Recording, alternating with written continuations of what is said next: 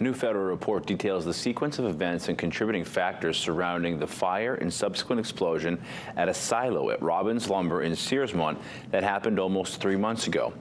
3 people, 2 firefighters, and one of the mill's owners died as a result of the incident. Employees at the mill received an automatic alert just after 10 that morning that their fire system was running, with some seeing smoke coming from the silo.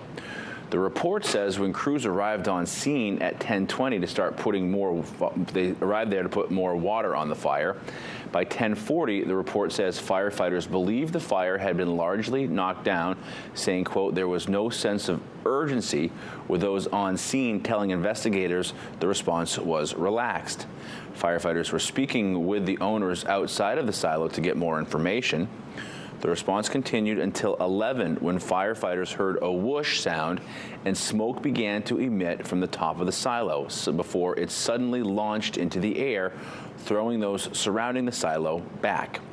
The report says the silo was oxygen limiting, meaning its contents posed a combustible dust hazard, and firefighters directing water onto an opening at the base contributed to the explosion. We'll have much more on the report this evening.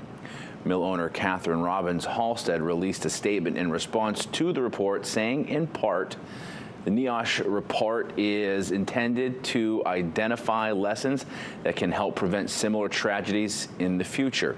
We are committed to carefully reviewing its findings and recommendations and working collaboratively with the fire service, industry organizations, safety professionals, and regulatory agencies to improve safety wherever possible.